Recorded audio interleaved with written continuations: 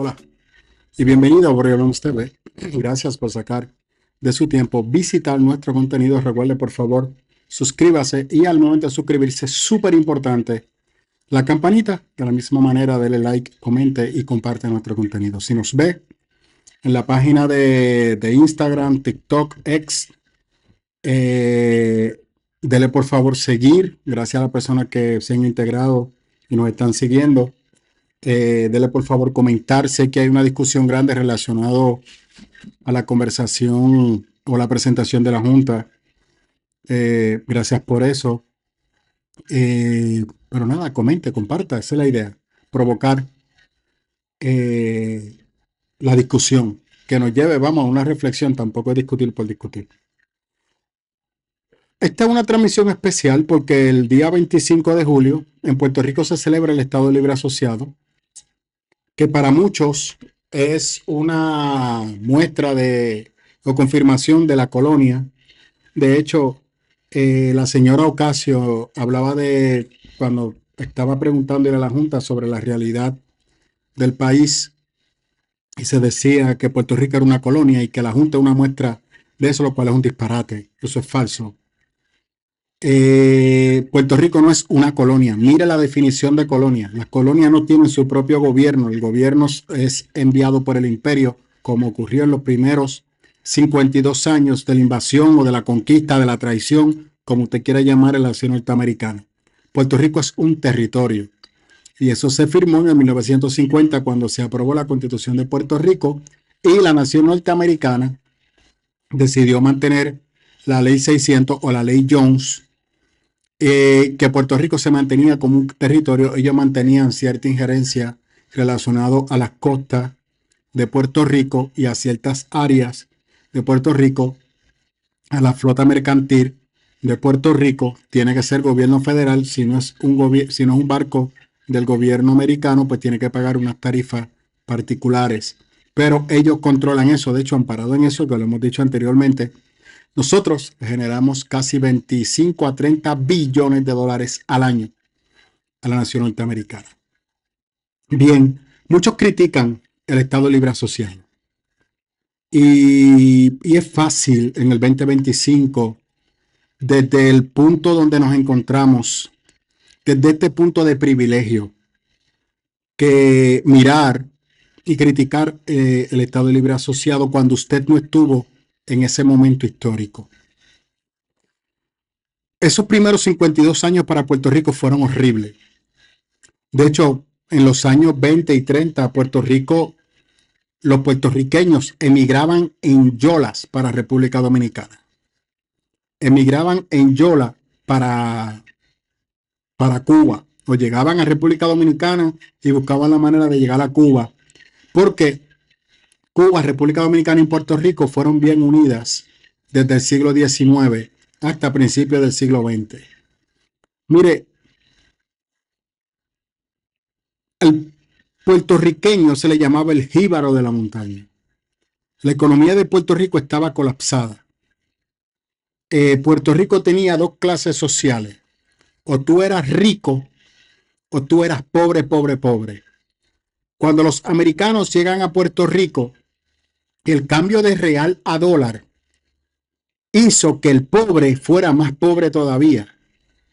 Y algunas personas adineradas lograron capitalizar el comprar y expandir sus propiedades. Es en ese periodo que los terratenientes se disparan en Puerto Rico y se mantuvo la mayoría de las tierras o de las riquezas en 3 o 4 familias, nada más. Esas familias eran las que tenían las riquezas de Puerto Rico. Debajo de eso, la gente en Puerto Rico estaba pasando la salsa y el guayacán literal. La gente en Puerto Rico se moría de hambre porque los americanos, en vez de respetar el Acuerdo de Madrid, que le dio la independencia o la autonomía, vamos a hablar de eso en breve, a los puertorriqueños, que fuimos libres o autónomos por un periodo de tiempo, hasta que la corona española presentó problemas económicos y nos vendió como pescado abombado, literalmente, a la nación norteamericana, violentando totalmente los acuerdos que ya existían entre España y Puerto Rico, y por eso yo le digo que los españoles nos dieron una puñalada trapera.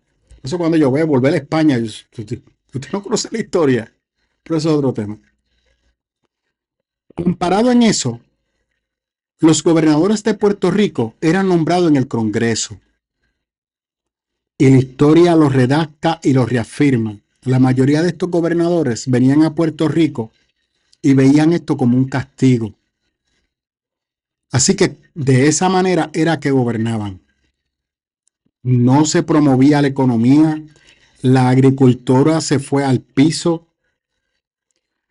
el mercado negro se disparó, los productos eran súper costosos, los tratamientos médicos eran cero, la educación era cero, solamente las personas adineradas podían estudiar, el pobre andaba descalzo, lleno de lombrices, y es exactamente en ese proceso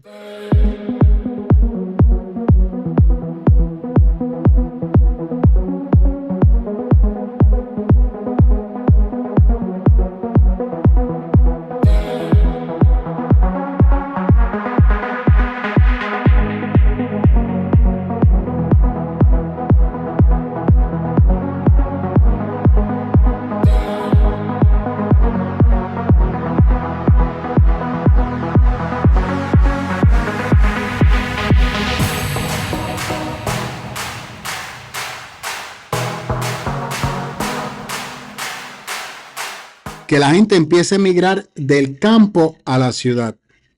Hay un libro que se llama Del Cañaveral a la Fábrica, un tremendo libro que narra todo ese proceso de cómo el jíbaro empezó a migrar a la ciudad en busca de mejores oportunidades, porque en el campo se estaban muriendo de hambre.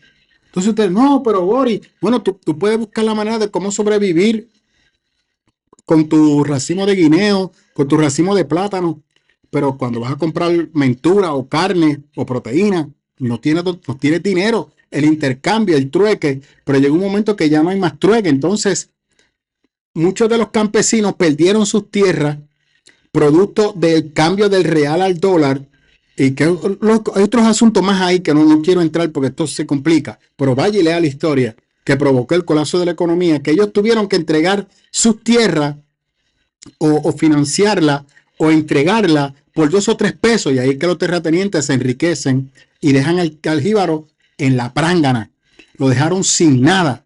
Entonces el jíbaro que tenía su conuco, su batey, vendió el batey para poder tener algo, que al final el dinero se le acabó y tuvo que emigrar a la ciudad para ver si encontraba trabajo, y por eso se formaron los arrabales en San Juan, donde nace el Fanguito, donde nace Tras Talleres, que era detrás del taller donde pasaba el tren que le daba la vuelta a Puerto Rico. Surge La Perla, los habitantes de La Perla se disparan y son barriadas. Entonces Villa Palmera, lo que es Barrio Obrero, toda esa zona de Barrio Obrero, fuera del Fanguito, pero luego Barrio Obrero, por ahí usted sigue, el río de Bayamón estaba rodeado de casas que estaban en pilote, que la gente hacía la casa como podía, entre ellos se ayudaban, y ahí entonces para en la ciudad poder empezar a buscársela como pudieran. Esa es la realidad. En ese momento histórico, Puerto Rico tiene que escoger, y Luis Muñoz Marín no veía viable la estadidad porque el puertorriqueño no la iba a poder sustentar. La estadidad cuesta. Muchos estadistas nos dicen esto. Te presentan la estadidad efímera jíbara, que nosotros nos vamos a quedar como estamos y podemos ser Estado. Al contrario, vamos a tener más dinero, dicen los estadistas que desconocen o se hacen que no saben, o realmente no saben, que disparan. Hay unos impuestos adicionales que vienen con la estadidad, que los puertorriqueños no van a poder pagar, no van a poder sufragar por la condición económica del país. Y en ese momento histórico, aunque César Barbosa, que también se celebra su natalicio hoy, veía la estadidad porque los puertorriqueños eran vistos como ciudadanos de segundo grado. Usted me escuchó, ¿verdad? Éramos sujetos de nación norteamericana, no se nos reconocía con los derechos ciudadanos.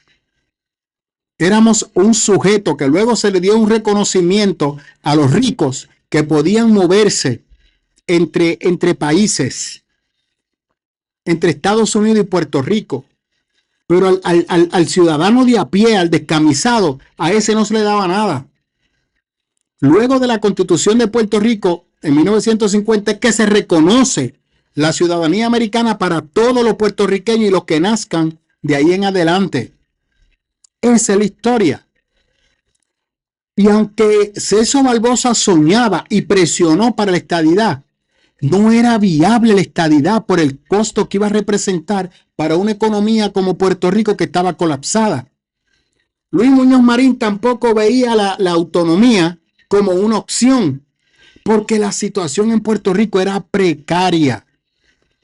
Y es fácil ustedes de acá, desde el 2025, hablar de libertad, hablar de estadidad, porque usted no es que tiene la barriga llena de lombrices. La media en Puerto Rico en el 1900, de 1900 a 1949 y posiblemente hasta el 60, la media en Puerto Rico era 25 y 30 años. El puertorriqueño no pasaba de 30 años. Si no lo mataba una fiebre en el banco, la hepatitis se lo chupaba. Esa es la realidad de Puerto Rico de ese tiempo. Entonces, Luis Muñoz Marín, el primer gobernador de Puerto Rico, seleccionado por el pueblo, tuvo que tomar una decisión. Dijo, no. Y se desarrolló un punto medio. El Estado Libre Asociado.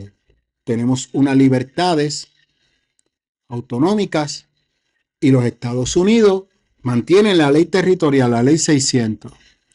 Pero ellos tienen que devolvernos parte del dinero que se llevan de la isla, tienen que regresarlo para dirigirlo a 3 áreas: salud, educación y seguridad. Y eso hizo que Puerto Rico empezara a invertir en escuelas, en salud, en seguridad. Luego, en los años 60, 70, desde los finales de los 50 empezó a presionarse y se desarrolló un proyecto de mano a la obra que fue un montón de estructura y de proyectos que Luis Muñoz Marín empezó a desarrollar: construcción de escuelas, empezaron a construirse las universidades, principalmente la Universidad de Puerto Rico, que era originalmente para los ciudadanos de escasos recursos. En aquel momento histórico, hermano, hasta los años 70 y 80, el 90% de la matrícula en la UPR era personas que venían de escuela pública.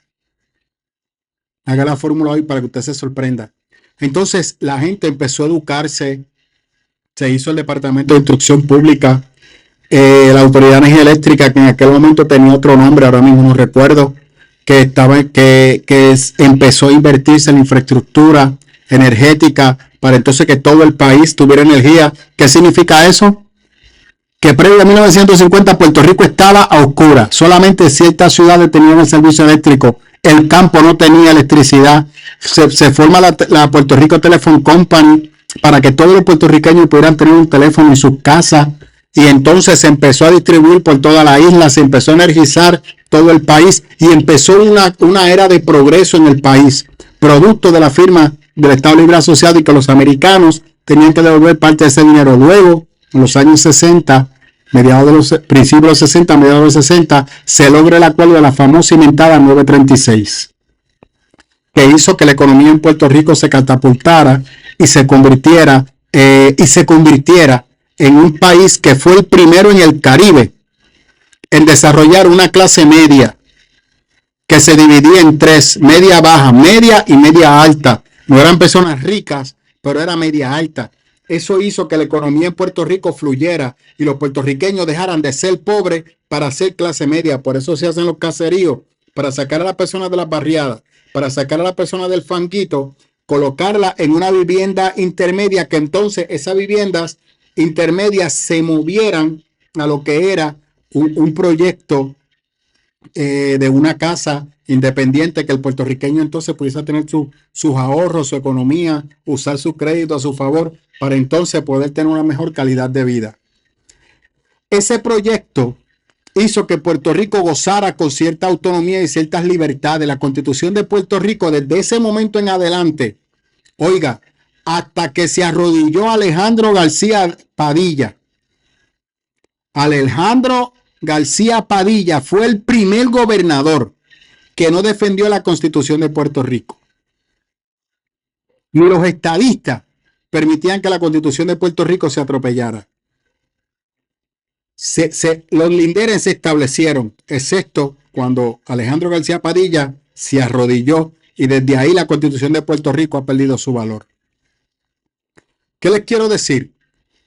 Que previo a esto, el gobernador Pedro Rosselló no defendió la 936, informando que Puerto Rico no podía ser un paraíso fiscal, sino que tenía que competir igual con los demás 50 estados para traer compañías, y que las compañías que estaban en Puerto Rico no se iban a ir. Se les advirtió que eso era falso. Muchos economistas vendieron su criterio, respaldaron al gobernador en aquel momento histórico. No se tenía un plan B. Había un mentado proyecto que fue un natimuerto, que fueron las famosas 30A, que nunca arrancaron para ningún lugar. Y desde ese momento histórico, la economía de Puerto Rico ha ido a barranca abajo hasta el 2025. Que tenemos un sistema de salud desencajado, tenemos un sistema de seguridad desencajado, y tenemos escuelas que dan vergüenza, que están colapsando producto de la crisis económica del país. Los políticos en los últimos 23 años, lo que ha pasado por la fortaleza han sido políticos que no han mejorado para nada la calidad de vida de los puertorriqueños. No hay un plan económico, no hay una estructura que Puerto Rico pueda llegar a este punto o al otro. No tenemos norte, no sabemos para dónde vamos. Todo el mundo habla de la estadidad, otros hablan de la independencia, como si la estadidad o la independencia vayan a resolver el problema del país. Eso es falso. Hay virtudes en la estadidad, hay virtudes en la independencia, pero hay una grande desventaja en la estadidad y de la misma manera en la independencia. Y vamos a dar algunos ejemplos. Por ejemplo, podemos ser Estado. En el momento que se hace la transición para ser Estado, vamos a dar unos 5 o 10 años, donde todos esos impuestos federales empiecen a caer sobre los puertorriqueños. Una economía colapsada, pagando más impuestos, la cosa se nos va a comprometer. Podrán aumentar los ingresos, pero al no tener un plan económico, ese dinero va a caer en bolsillos rotos. Si somos independientes, en lo que pasan 15 o 20 años, no, Boris, el dólar se va a mirar, ese disparatero. Usted se puede quedar con el dólar. Hay muchos países en Sudamérica que usan el dólar como moneda principal. Usted tiene criptomoneda. El Salvador tiene el dólar y criptomoneda. Y no es un territorio. Eso es lo de menos. Ay, correo. Ay, por favor. Países como República Dominicana tienen correo y son muy efectivos por igual. Eso ya eso era antes. Ya no, eso es un estándar y se mantiene. Y la calidad de servicio se puede sostener. Pero al usted ser independiente, usted tiene que ir y luchar para tener una economía más sólida. Asegurarle a las fábricas que se quedan que, como somos ahora independientes, se le pueden dar unas virtudes que antes, por ser un territorio, no se le podían dar, y convencer a esas fábricas que se queden, muchas de ellas, como nosotros somos un territorio casi americano, se quedan aquí por una alta probabilidad que se van a ir. Entonces, eso va a tener un impacto, ¿ves? De hecho, repito, es más profundo. Te estoy dando algunos ejemplos. Repito, hay muchas virtudes en la estadidad, hay muchas virtudes de la independencia, pero también hay desventajas, como todo en la vida. Ahora, el problema de Puerto Rico en el 2025 no es ni la estadidad ni la independencia. Es que en los últimos 23 años nos ha tocado lo peor de lo peor en la política. Tenemos políticos con poco interés. Father Ausone Autoritel, compañía netamente puertorriqueña, enfocada y dirigida en el cuidado para tu auto. Empleados comprometidos, entregados para darte la mejor calidad posible. Tratamos tu vehículo como si fuera nuestro. Estamos ubicados en Marina Bahía, Levitown, Guabá. Te esperamos. Puedes comunicarte al número de teléfono 787-322-5604. Poco interés. Tenemos políticos que le han hecho daño al país. El pueblo puertorriqueño se ha desencajado y se ha desinteresado en la política. Y cada 4 años nos venden el sueño, la ilusión de la estadidad. Mira lo que pasó en estas elecciones pasadas, donde la gente empezó a votar masivamente porque cogieron miedo pensando que la independencia iba a ganar y que si ganaba la independencia al otro día íbamos a ser independientes, desconociendo totalmente eso. Se les habló, se les dijo que eso era falso, que no era así. La gente no lo creyó y prefirió votar por esta señora, la señora Jennifer González, que mire lo que le está haciendo al país. Y es que no, la lógica como que no cuadra, porque si yo uso eso, yo puedo usar la psicología a la inversa. ¿Y por qué todavía no somos Estado? Si vamos para 12 años con un gobierno estadista. Pero la gente no hace clic a eso. La gente se desencaja y se desenfoca y pierde el norte. Entonces, tomar malas decisiones. Escogimos un gobierno que no tiene un plan, no tiene una estructura política, no tiene soluciones para mejorar la calidad de vida de los puertorriqueños. Ahora mismo se han firmado varias leyes en la nación norteamericana que nos afectan de manera directa y nadie se preparó para eso. Ahora mismo tenemos un desastre en el servicio de energía eléctrica donde hay un incompetente. Le pido disculpas, no hay otra manera de decirlo. Cada vez sigue saliendo información de que este señor no está capacitado para estar frente a la agencia de sal de energía, que no sé de dónde sacan ese título, a cargo de la agencia público-privada, y ha demostrado ser un incapaz de tomar decisiones efectivas para mejorar la calidad de vida. Puerto Rico está lo llevo tiempo diciendo, una recesión económica vergonzosa y todavía no tenemos manera de salir de esta crisis porque no hay un plan, no hay una guía que nos permita movernos derecha, izquierda y poder medir los resultados y hacer los ajustes pertinentes en caso de que amerite. No tenemos nada de eso. Estamos guiando un barco sin capitán y es un velero que nos va a llevar donde el viento se vaya. El problema está que tarde o temprano vamos a chocar contra las piedras y el barco se nos va a hacer canto, como nos está pasando. Nuestro sistema de salud es un desastre. Los enfermeros calipadecen de las protecciones. Hemos perdido derechos laborales, producto de una ley que firmó nuevamente Ricardo Rosselló. Así que usted tiene a Pedro Rosselló, que destruyó la 936, Ricardo Rosselló, que entregó los derechos laborales para crear una burbuja de desempleo que hoy en día nos sigue arrastrando, donde los empleos poco remunerados o los tiempos part-time son los que están disparados, mientras los empleos a tiempo completo son difíciles de conseguir, y cuando lo consigue, para tú recibir derecho, tiene que estar ahí un montón de tiempo esclavizado en esa empresa, producto de la ley que firmó Alejandro García, producto de la ley que preparó Alejandro García Padilla y la firmó Ricardo Rosselló. Ese es el orden cronológico. Pero los puertorriqueños estamos mirando de lejos, esperando con una varita mágica que si somos independientes, los problemas se van a resolver, y que si somos Estado, los problemas se van a resolver. Eso es falso. Por ser Estado, los problemas de salud no van a desaparecer. Por ser independiente, los problemas no van a desaparecer. Más bien podrán aumentar, podrán acrecentarse, podrán complicarse. Así que nos toca como puertorriqueños entender que, nos guste o no, el Estado Libre Asociado es quien nos ha traído hasta aquí y nos ha protegido principalmente en estos últimos 20 y pico de años de estos políticos mediocres. Cuando a Mojica se le hizo el comentario de parte de Pablo José Hernández, él le dijo claramente: la crisis de Puerto Rico no la provocó la Junta, la provocó los políticos que gobernaron comprometiéndose, haciendo préstamos para pagar la operación del gobierno, y terminó destruyendo la infraestructura del gobierno, endeudando el gobierno y afectando los servicios que se le brindan al pueblo de Puerto Rico, que redundan en una peor calidad de vida. Eso no fue la Junta, Esos fueron los políticos. Y Pablo José se tuvo que quedar callado. Y es verdad, pero el pueblo es el culpable. Nosotros somos los que escogemos a estos políticos. Y hemos escogido mal. Y seguimos haciéndolo mal.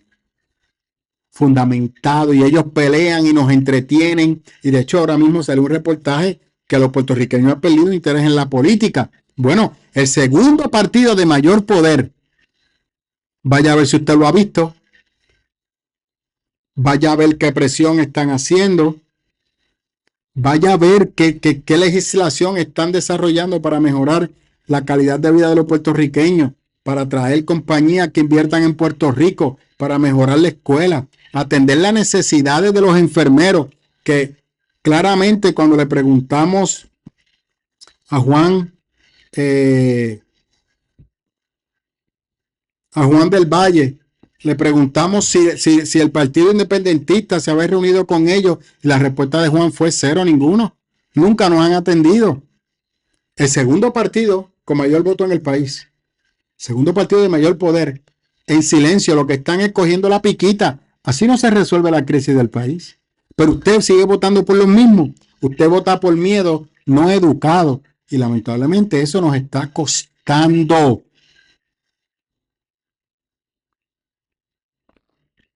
Y tenemos que despertar, boricua. El camarón se ha dormido y la corriente se lo está llevando enredado. Hay que despertar a esta burda y vergonzosa realidad. Nosotros tenemos el poder para cambiar las cosas. Nosotros tenemos el poder para seleccionar mejores políticos y demandar unos políticos de mayor interés, de mayor compromiso, de mejor calidad. Un largo camino nos cresta, Boris. Gracias por ser parte de nuestro canal. Nos vemos pronto. Cuídate.